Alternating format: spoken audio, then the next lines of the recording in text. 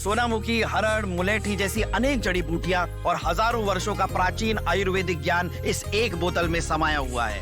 कायम टैबलेट, आपकी खुशियों का साथी। बांग्लादेश की सियासत इन दिनों हिलोरे मार रही है। इसकी वजह है तारिक रहमान। बांग्लादेश नेशनलिस्ट पार्टी यानी कि बीएनपी की नेता खालिदा जिया के बेटे तारिक रहमान। उन्होंने अब वापस अपने वतन में कदम रखा है, वो भी पूरे 17 साल के बाद। और इसी खुशी में बीएनपी के समर्थक जश्न मना रहे हैं। 17 साल के बाद बांग्लादेश में तारिक रहमान ने वापसी की है। 17 साल तक वो लंदन में गुमनामी का जीवन बिता रहे थे, जबकि उन्हें बांग्लादेश का क्राउन प्रिंस भी कहा जाता था। लेकिन दरबदर जिंदगी गुजारने के बाद अब आखिरकार 1.5 दशक के बाद उन्होंने ढाका की धरती पर कदम रखा।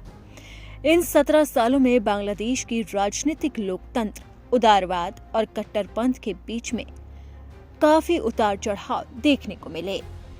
कई नेता आए और कई नेता चले भी गए, लेकिन अब बांग्लादेश की सियासत को हिलाने वाले तारिक रहमान ने वतन वापसी कर ली है। साल 2008 में जब पूर्व पीएम खालिदा जिया के बेटे और बांग्लादेश नेशनलिस्ट पार्टी के नेता तारिक रहमान ढाका छोड़ रहे थे, तो वो पल उनके लिए काफी भावुक था। ऐसा देखा गया था कि उनकी आंखें नम हो गई थी। लेकिन अब जब उन्होंने वापस अपनी धरती पर कदम रखा है, तो उनका चेहरा मुस्कुरा रहा था और ये पल भी काफी भावुक था।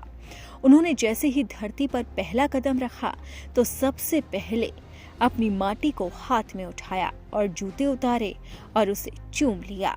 अब सवाल है कि तारिक रहमान को इतने लंबे समय तक निर्वासित जीवन क्यों बिताना पड़ा? आखिरकार एक प्रधानमंत्री के बेटे होने के नाते वो तरबतर क्यों भटकते रहे? उन पर क्या आरोप लगे और ऐसी क्या वजह थी कि उन्हें देश छोड़कर जाना पड़ा? दरअसल बांग्लादेश में 2001 से 2006 के बीच में बीएनपी की सरकार थी। खालिदा जिया पीएम थी, लेकिन उनके बेटे तारिक रहमान को देश का असली नेता माना जाता था। इस दौरान 2004 में ढाका ग्रेनेड अटैक हुआ। ये अटैक शेख हसीना की एक रैली में हुआ।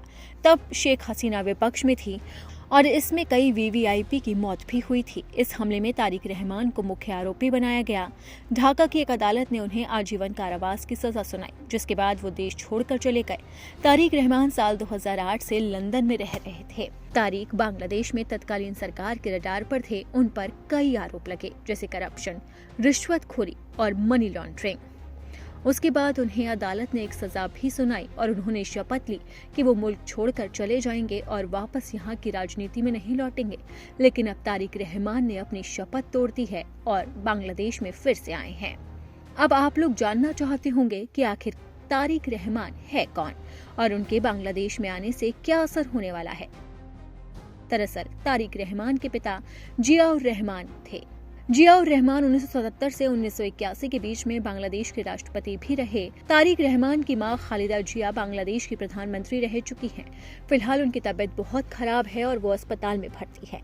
साल 2001 से 2006 के बीच में खालिदा जिया पीएम भी रही थी।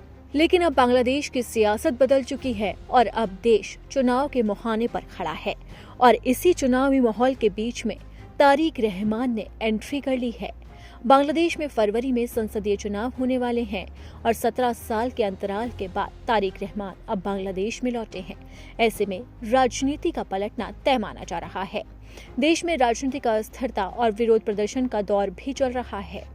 आने वाले चुनाव में बीएनपी को सबसे आगे माना जा रहा है। अगर पार्टी जीत हासिल करती है तो रहमान के देश का सबसे बड़ा राजनीतिक पद संभालने की भी उम्मीद है, यानी कि वो प्रधानमंत्री भी बन सकते हैं। उन्हें बांग्लादेश को आर्थिक, राजनीतिक और संस्थागत तनाव के दौर से निकालने का मुश्किल काम करना होगा।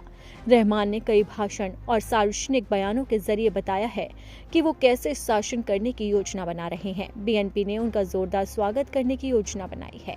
रहमान 27 दिसंबर को अपना वोटर रजिस्ट्रेशन और नेशनल आइडेंटिटी कार्ड की औपचारिकताएं पूरी करने वाले हैं। ये एक प्रक्रियात्मक कदम है जिसका प्रशासनिक और प्रतीकात्मक दोनों महत्व है। रहमान ने साफ तौर पर बताया कि बीएनपी के नेतृत्व वाली सरकार के तहत वो किस तरह की विदेश नीति की दिशा देखते हैं। उन्होंने साफ तौर पर कहा कि अब मेरा मकसद सिर्फ और सिर्फ बांग्लादेश में सुधार करना है।